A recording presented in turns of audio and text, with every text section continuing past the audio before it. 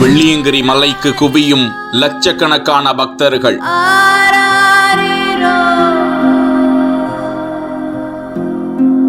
அடுத்தடுத்து உயிரிழப்புகளும் நேர்வதால் சோகம். எதனால் உயிரிழப்பு நேர்கிறது? பக்தர்கள் என்ன செய்ய வேண்டும்?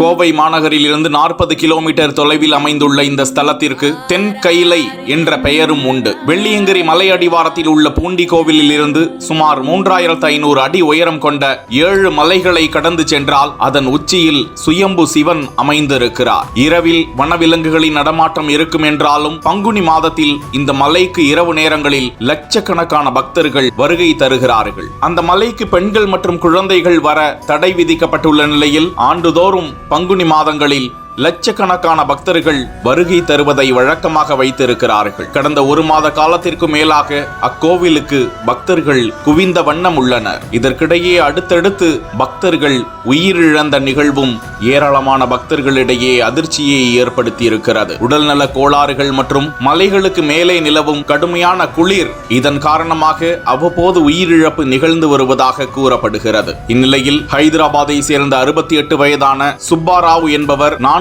மலைகளை கடந்து ஏறி சென்று கொண்டிருந்த போது திடீரென உடல்நல குறைவு ஏற்பட்டு உயிரிழந்தார். இதேபோல் சேலத்தை சேர்ந்த 35 வயதான தியாகராஜன் என்பவரும் முதலாவது மலையில் ஏறி கொண்டிருந்த போதே உடல்நிலை பாதிக்கப்பட்டு உயிரிழந்து போனாராம். சுமை தூக்கும் தொழிலாளர்கள் உதவியுடன் இருவரது உடல்களும் மீட்கப்பட்டு மலை அடிவாரத்திற்கு கொண்டு வரப்பட்டு பிரேத பரிசோதனைக்காக கோவை அரசு மருத்துவமனைக்கு உடல்கள் கொண்டு செல்லப்பட்டன. இந்நிலையில் இன்று அதிகாலையில் தேனி மாவட்டம் சீப்பாலக்கோட்டை என்ற பகுதியை சேர்ந்த 40 வயதான பாண்டியன் என்பவரும் நண்பர்களோடு மலையேறி கொண்டிருந்த போது திடீரென உடல்நல குறைவு ஏற்பட்டு உயிரிழந்து போனாராம். அவரது உடலும் கோவை அரசு மருத்துவமனைக்கு பிரேத பரிசோதனைக்காக கொண்டு செல்லப்பட்டிருக்கிறது. இதய கோளாறு உள்ளவர்கள், மூச்சு பிரச்சனை உள்ளவர்கள், இரத்த அழுத்தம், நீரிழிவு நோய் உள்ளிட்ட உடல் உபாதைகள் உள்ளவர்கள் கண்டிப்பாக அந்த மலைக்கு வரக்கூடாது என்றும் அனைவரும் நினைக்கும் வகையில் அந்த 7 மலையை கடந்து செல்வது சுலபமானது கிடையாது.